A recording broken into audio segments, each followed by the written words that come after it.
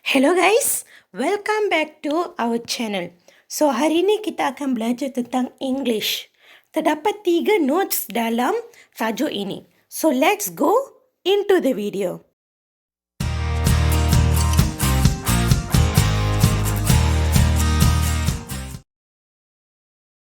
So pertama sekali ialah simple present tense. Kata kerja yang biasa dilakukan setiap hari, setiap pagi, setiap minggu, setiap petang dan sebagainya. Pertama sekali ialah waktu. Every day, setiap hari. Every morning, setiap pagi. Every week, setiap minggu. Always, selalu. Sometimes, kadang-kadang. Often, kerap. What we will learn. A. Verb to be. Am, is, are.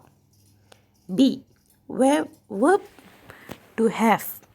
Has and have. C. Verb to do. Does, do. D. Actions word. With S or without ES. With S or ES, without S or ES. So, pertama ialah am, is, are, iaitu ialah. Am digunakan oleh I. Is digunakan oleh singular.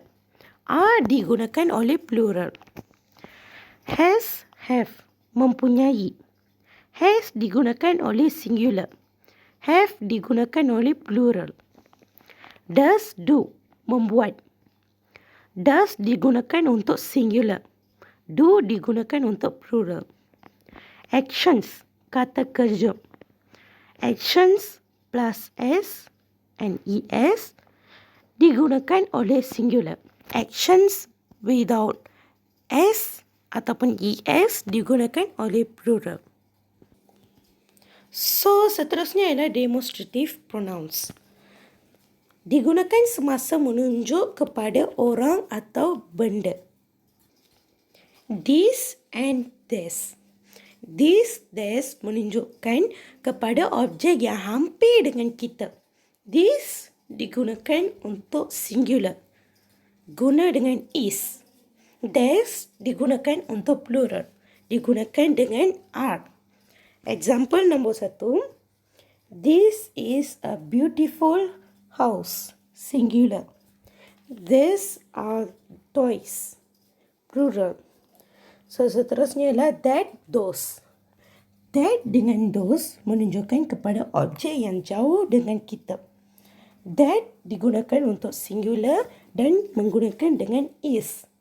Those digunakan dengan plural. Dan digunakan dengan are. For example, that is a aeroplane. Singular.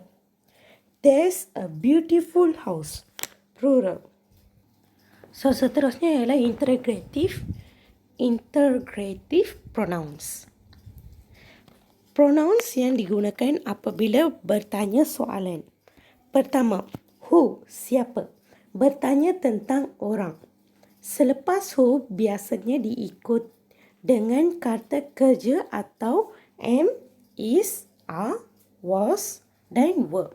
For example, who is that pretty girl? Who put the book on the table?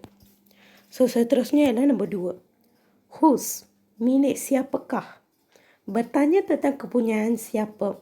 Selepas whose diikuti dengan objek. For example, whose bag is that? Whose father is working in Perak? So, the next is number 3.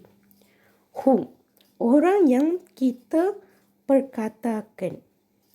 Who digunakan selepas prepositions seperti from, to dan with. For example, from whom did you hear the news? To whom did you send the letters? Whom digunakan sebelum kata ganti nama I, you, we, they, he, she.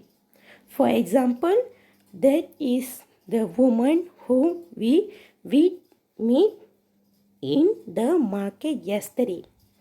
The boy who you saw just now is my brother.